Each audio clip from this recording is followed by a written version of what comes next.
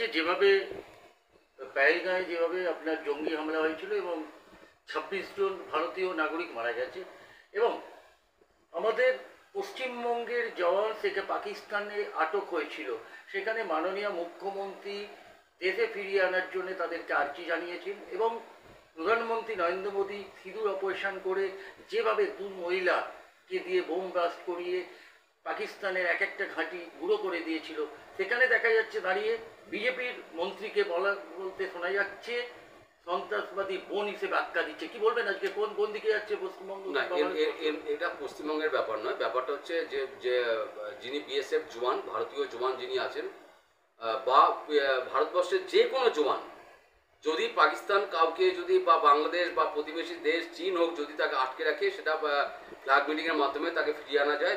যেখানে মুখ্যমন্ত্রী, আপনি ঠিকই বলেছেন, মুখ্যমন্ত্রী যেভাবে তাকে ফিরিয়ে আনার জন্য আপ্রাণ চেষ্টা করেছেন এবং তিনি আগে থাকতেই তার বাড়ির লোককে বলে দিচ্ছেন তোমার স্বামী ভালো আছেন।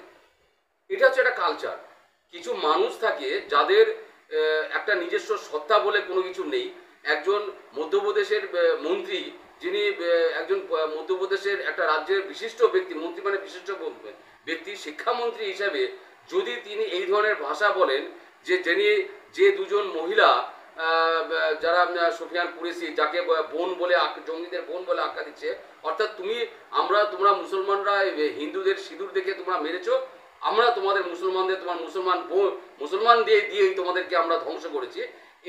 এটা কোনো ব্যাখ্যা হতে পারে না। এটা তাদের নিজস্ব ব্যক্তিগত কালচার, ওই ব্যক্তিগত কালচার। তবে আমি যতদূর শুনেছি যে বিজেপি এই কথাকে মান্যতা দেয়নি এবং সংঘ পরিবারও এই কথাটাকে মান্যতা দেয়নি, নাগপুর এটাকে মানেনি, যার জন্য সুপ্রিম কোর্টের নির্দেশ অনুযায়ী ওনাকে ক্ষমা চাইতে হবে এবং সেই কেসটা সুপ্রিম কোর্টে চলছে। অতএব আমি বলবো এইসব যারা ব্যক্তি যারা আছেন, যারা ভারত পাকিস্তানকে হিন্দু মুসলমান হিসেবে দেখেন আর বাংলাদেশ ভারতকে আপনারা হিন্দু মুসলমান হিসেবে দেখেন, এটাকে আপনারা এইভাবে না দেখে আপনারা যারা বিদেশি চক্রান্তকারী, বারবার তো ভারতবর্ষের উপর আক্রমণ হয়েছে, আজকে না 800-900 বছর 1000 বছর ধরে পৃথ্বীরাজ চৌহান যখন রাজা ছিলেন ভারতবর্ষের, তখন থেকে যে বারবার বিদেশি আক্রমণ হয়েছে, এই আক্রমণটাকে শুধু হিন্দু মুসলমান তো একটা ব্যাপার আছে, অবশ্যই আছে, কিন্তু সাথে সাথে আপনি বৈদেশিক আক্রমণকারীকে যারা ভারতবর্ষকে ধ্বংস করতে চায়, যারা ভারতবর্ষে যারা পরমাণু বোমা, যেটা মোদীজি বলেছেন যে পরমাণু বোমা দিয়ে ব্ল্যাকমেল করার চেষ্টা করবেন না, তার মানে পরমাণু বোমা যদি কলকাতায় যদি কোথাও একটা পালে, শুধু হিন্দু মানা যাবে না, এখানে খ্রিস্টান, বৌদ্ধ, জৈন যারা আছেন, অন্যান্য বিভিন্ন সম্প্রদায়ের মানুষ যারা আছেন, তারাও কিন্তু মারা যাবেন। অর্থাৎ এটাকে এইভাবে বিচার করা, যে বিচার করেছেন সেটা তার নিজস্ব কালচার, কিন্তু আমার মতে বলে আমি তাদেরকে বলবো অ্যাজ এ সোশ্যাল ওয়ার্কার হিসেবে, একজন জাতীয় রাজনৈতিক বিশ্লেষক বলতে চাই যে এই ভাষায় দেখবেন না, বৈদেশিক আক্রমণকারী কিন্তু কখনো হিন্দু মুসলমান দেখে না, তারা ভারতীয় অর্থনীতি, ভারতবর্ষের ক্ষতি করতে চায় এবং সেই ক্ষতির মাধ্যমে তারা ভারতবর্ষকে যে বারবার যে লুট করার যে চক্রান্ত, সেই চক্রান্ত আজও পর্যন্ত চলছে।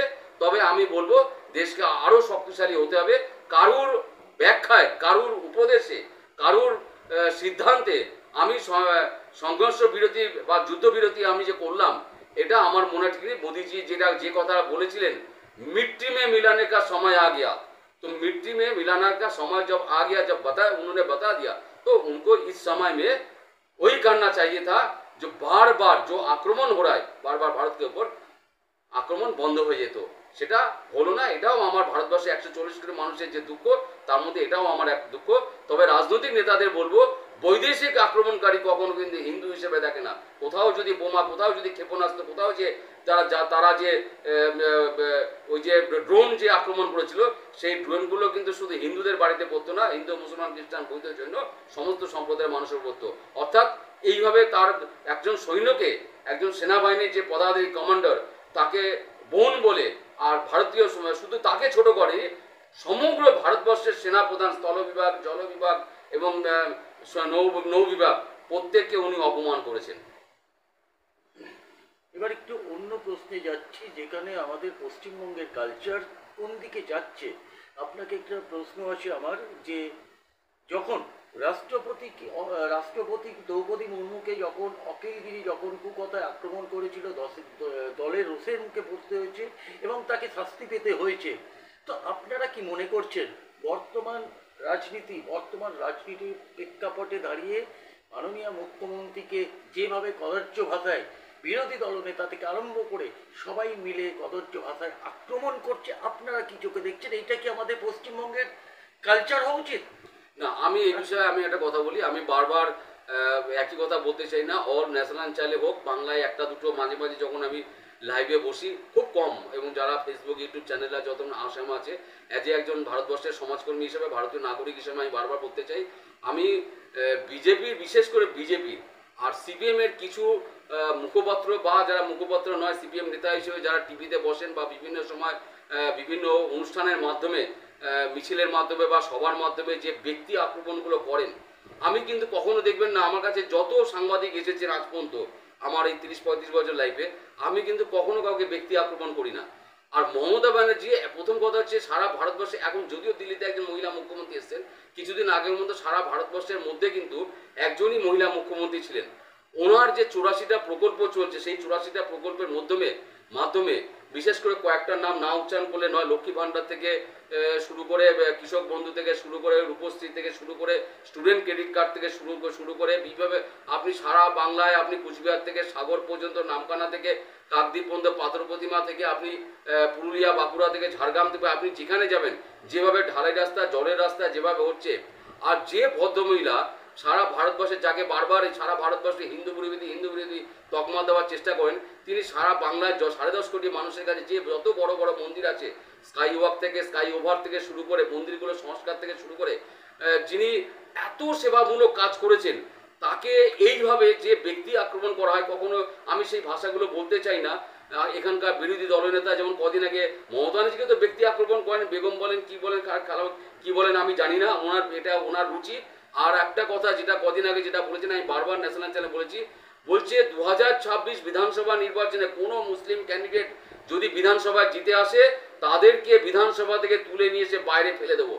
একটা বিরোধী লিডার ভারতবর্ষের সংবিধানে যে ইলেকশন কমিশন অফ ইন্ডিয়া যে পার্টি রেজিস্ট্রেশনের যে রুলস আছে, তার মধ্যে যে 5টা পয়েন্ট আছে, 5টা পয়েন্টের মধ্যে একটা পয়েন্ট হচ্ছে ধর্মনিরপেক্ষতা, সেকুলারিজম। আপনি সেই সেকুলারিজমকে অ্যাভয়েড করে আপনি 2026 বিধানসভা নির্বাচনের আগে একজন মুসলিম ক্যান্ডিডেটকে আপনি জিতে আসলে পরে বিধানসভা থেকে তুলে বাইরে ফেলে দেবেন। এই শব্দ, যে কথাটা আপনি বললেন যে কালচার, ভারতীয় সংস্কৃতি বা বাংলার সংস্কৃতি, যে কথা বলছেন, বাঙালির যে একটা শব্দ আছে সারা বিশ্বের, বাঙালি, সভ্য বাঙালি, ভদ্র বাঙালি, ধুতি পাঞ্জাবের বাঙালি, আট পরে শাড়ির বাঙালি, তাঁতের শাড়ি পরা মায়েরা, মহিলারা যারা আছেন, এই যে সংস্কৃতি সারা বিশ্ব জুড়ে, বিবেকানন্দের সংস্কৃতি, ঋষি অরবিন্দের সংস্কৃতি, বা রাজা রামমোহন রায়, নেতাজি সুভাষচন্দ্র বোস, রবীন্দ্রনাথ ঠাকুরের নাম না উল্লেখ করে নয়, কদিন আগেই 25শে বৈশাখ গেছে, তার জন্মজয়ন্তী আমরা পালন করেছি, কিন্তু এই যে বিশাল বাঙালির সংস্কৃতি সারা বিশ্বের মধ্যে সমাহিত হয়, সেখানে আপনি যে ভাষাটা এখানকার বিরোধী নেতা বলেন, এই ভাষা, এই কালচার, বাংলার সংস্কৃতি না। অর্থাৎ আমি আবার বলবো যে মমতা ব্যানার্জির মতন লিডার একটাও বিজেপি আজ পর্যন্ত বানাতে পারলো না, কিন্তু মমতা ব্যানার্জির সাদা শাড়িতে কালি লাগানোর যে আপ্রাণ চেষ্টা আপনারা করছেন, এতে পশ্চিমবঙ্গে মমতা ব্যানার্জিকে আপনি এইভাবে হারানো যাবে না। আপনারা যদি কোনো উন্নয়নমূলক কাজ থাকে, 2026-এ আপনারা জিতে আসলে পারে কি করবেন, তার যদি আপনাদের সঠিক কোনো ইস্তেহার যদি থাকে এবং মানুষের মধ্যে যদি বিশ্বাস অর্জন করতে পারেন, তবেই আপনারা ক্ষমতায় আসবেন। নাহলে বাংলায় 34 বছরের জগদ্দলের যে সরকারটা ছিল, যারা হাজার হাজার লাখ লাখ মানুষকে যারা খুন করেছে, গণহত্যা করেছে, এবং তাদের কঙ্কাল যারা মেদিনীপুর থেকে বিভিন্ন জায়গায় কঙ্কাল, নন্দীগ্রাম থেকে, সিঙ্গুর থেকে, মরিচাপি থেকে যেভাবে অত্যাচার, এবং কুচবিহার থেকে সাগর পর্যন্ত যারা যারা খুনের রাজনীতি করেছে, রক্তের হোলি খেলে গেছে, তাদেরকে কিন্তু এই ব্রহ্মাণ্ডে মমতা ব্যানার্জি ছাড়া আর কেউ হারাতে পারত না। সেই সময় মমতা ব্যানার্জি বাংলার মানুষকে মুক্তি দিয়েছেন, উদীয়মান বাংলার মানুষকে যে সংস্কার থেকে উনি ওই অপকালচার থেকে যে ফিরিয়ে এনেছে, নতুন করে যে কালচার, বাঙালি কালচারকে ফিরিয়ে আনার যে আপ্রাণ চেষ্টা করছে। আর দ্বিতীয় কথা বলি, বারবার বলি, শুভেন্দু অধিকারীকে একটা জিনিস বুঝতে হবে, আমি কখনো কাউকে ব্যক্তি আক্রমণ করি না। ভারতবর্ষে কিন্তু এখন দ্বিতীয় ভাষা হিসেবে কিন্তু বাঙালি হচ্ছে দ্বিতীয় ভাষা, আর সারা বিশ্বে কিন্তু বাংলা ভাষা কিন্তু 8ম স্থানে আছে। অর্থাৎ বাঙালির সংস্কৃতিকে আপনি এইভাবে নষ্ট করলে আপনার নিজের ক্ষতি হবে, আপনার নিজের রাজনৈতিক ক্যারিয়ার ক্ষতি হবে, আপনার পরিবারের বদনাম হবে। আপনি এইভাবে বাংলায় আপনি এই সব ভাষা, নোংরা ভাষা বলে বাংলায় আপনি জয়লাভ করতে পারবেন না। আর সেই সর্বশেষে বলি, সব জায়গায় বলি, শুভেন্দু অধিকারী যত চুল কালো আছে, সমস্ত চুল যদি পাকা হয়ে যাও, শুভেন্দু অধিকারী বাংলার মুখ্যমন্ত্রী কোনোদিন হতে পারবেন না। হিন্দু হিন্দু ভাই ভাই বলে একটা প্রচার চলছে, তাহলে কি মনে করছেন 2026-এর আগে যে রাজনৈতিক কোনো ফায়দা লোটার চেষ্টা করছে? না না, এটা রাজনীতি, আর এটা দোষ নয়। একটা বাবা তার ছেলের জন্য ভালো কিছু চাইবে, এটা যেমন অপরাধ নয়, একজন রাজনীতিবিদ হিসেবে তিনি তার কর্মসূচি নেবেন, একটা পদ্ধতি অবলম্বন করবেন, সেই পদ্ধতির মাধ্যমে ভোট ব্যাংকে রাজনীতি করবেন, এটাকে আমি একজন সমাজকর্মী হিসেবে অপরাধ হিসেবে দেখি না।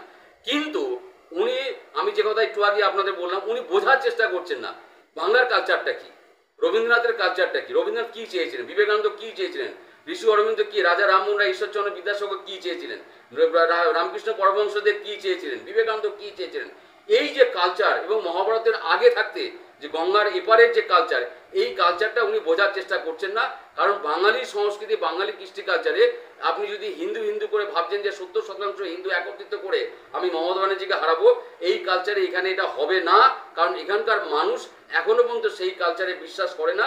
এখানকার মানুষ 10.5 কোটি বাঙালি, তারা মনে করে সর্বধর্ম সমন্বয়ের কথা তারা চিন্তা করে, এবং সেই চিন্তার মধ্য দিয়ে কিন্তু মমতা ব্যানার্জি, আবার আমি আপনাকে চ্যালেঞ্জ দিয়ে বলছি, 2026 মমতা ব্যানার্জি চতুর্থবারের জন্য মুখ্যমন্ত্রী হচ্ছেন। কারণ এখানকার যে পরিস্থিতি, সেই পরিস্থিতিকে ওনারা বোঝার চেষ্টা করতে পারছেন না। আর একটা কথা, যে যারা হিন্দু হিন্দু উনি যে করছেন, হিন্দু শব্দের অর্থ কি উনি আদৌ জানেন কিনা আমি জানি না। আর আমি আপনাকে বলি, আমরা কেউ, আমরা কিন্তু হিন্দু নই, আমরা হচ্ছে সবাই সনাতনী।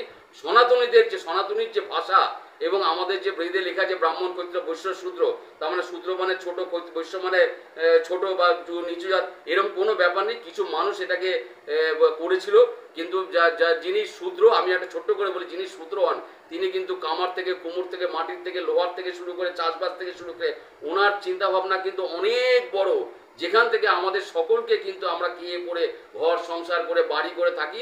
যে বাড়ির কাজ তারাও করে, কুমোরের কাজ তারা করে, মাটির পুতুল, মাটির মন্দির, মাটির দুর্গা ঠাকুর, কালী ঠাকুর, সেটাও ওনারাই বানায়। অতএব এখানে আপনি ওই চিন্তা ভাবনার মধ্য দিয়ে আপনাকে আগে জানতে হবে সনাতনটা কি, সনাতনী কারা, সনাতন ধর্মটা কি। যদি আপনি সেই ব্যাখ্যা, যদি আপনি কোনোদিন সারা বাংলায় যদি আপনি যদি না আনতে পারেন, আপনার এই হিন্দু হিন্দু শব্দের ব্যাখ্যা মানুষ বাংলার সংস্কৃতি কেন সারা ভারতবর্ষের ভারতীয় সংস্কৃতিকে এখনো বোঝাতে পারেনি, RSS বোঝাতে পারেনি। অতএব এখানকার এই শব্দ উচ্চারণ করে 2026-এ বিজেপি যে ক্ষমতা আসবে, যে আশা চিন্তা করছে, এটা বৃথা যাবে। কারণ এদের কাছে তথ্যগত কোনো জ্ঞান নেই। আর সর্বশেষ আমি বলি, এরা বাংলার যে ভোটের যে অঙ্ক, যে ম্যাথ, সেই ম্যাথটা এরা বোঝার চেষ্টা করে না। আর একটা কথা বলি, আগে মমতা ব্যানার্জির মধ্যে একটা আপনার লিডার তৈরি করুন, তারপর আপনার বাংলায় ক্ষমতা আসার চিন্তা ভাবনা করবেন। মমতা ব্যানার্জি তৈরি হয়েছিল, তাই জ্যোতি বসুকে হারাতে পেরেছিল, বুদ্ধদেব ভট্টাচার্যকে হারাতে পেরেছিল, কার্ল মার্কসকে হারাতে পেরেছিল, লেনিনবাদকে হারাতে পেরেছিল। মমতা ব্যানার্জি যদি একটা লিডার আপনার যদি না হয়, তাহলে মমতা ব্যানার্জি যা করে গেছেন, যে 84টা প্রকল্প, আগামী দিনে আরো কত কি করবেন আমি জানি না। 1000 বছরের ইতিহাস উনি তৈরি করেছেন। সর্বশেষ ইতিহাস যেটা তৈরি করেছেন এই মুহূর্তের কথা, এই মুহূর্তে 2025-এ এসে যে জগন্নাথ ধাম বা জগন্নাথ মন্দির উনি তৈরি করেছেন, লক্ষ লক্ষ কোটি কোটি মানুষ, ওখানে অর্থনীতির উন্নতি হবে, এবং ফুল থেকে, ফল থেকে, জামা কাপড় থেকে শুরু করে, ঠাকুরের মূর্তি থেকে শুরু করে, ব্রাহ্মণ থেকে শুরু করে, ওখানকার সাধারণ মানুষ খেয়ে পড়ে বেঁচে থাকবে।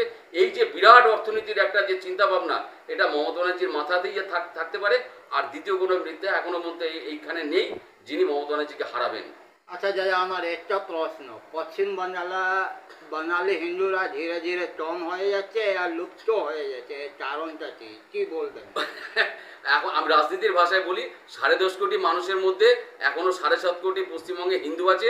হিন্দু লুপ্ত হয়ে যাচ্ছে এটা নয়। তবে একটা কথা হবে, এখানে যারা সীমান্তে যারা বসবাস করেন, আর যারা সীমান্ত নিয়ে যারা দেখাশোনা করেন, BSF থেকে শুরু করে কেন্দ্রীয় স্বরাষ্ট্রমন্ত্রীকে অনুরোধ করব, আপনারা এই ব্যাপারটা, এটা আপনাদের দায়িত্ব, কিভাবে আপনারা বাংলার এই সীমান্তগুলোকে রক্ষা করতে পারবেন, বাঙালিকে আপনারা রক্ষা করতে পারবেন, সমস্ত জাতি ধর্মকে রক্ষা করতে পারবেন। তার উপর নির্ভর করে হিন্দু কমে যাচ্ছে, এটা এখনো এরকম কোনো ব্যাপার নেই। তবে আমি এইটুকু আপনাকে বলতে পারি, হ্যাঁ, সারা পৃথিবীতে আমাদের সনাতনীদের কোনো দেশ নেই। আমাদের যে একমাত্র দেশ ভারতবর্ষ আছে, সেটা কিন্তু ভারতীয় সংবিধান 1947-এর পর থেকে সর্বধর্ম অর্থাৎ সেকুলারিজমের উপর নির্ভর করে সংবিধান তৈরি করেছে। সেই সংবিধানকে যদি আপনাকে রক্ষা করতে হয়, তাহলে আপনার এই শব্দের উচ্চারণটা রাজনীতিতে ঠিক নয়। ধন্যবাদ দাদা, টাইম দেওয়ার জন্য। Thank you.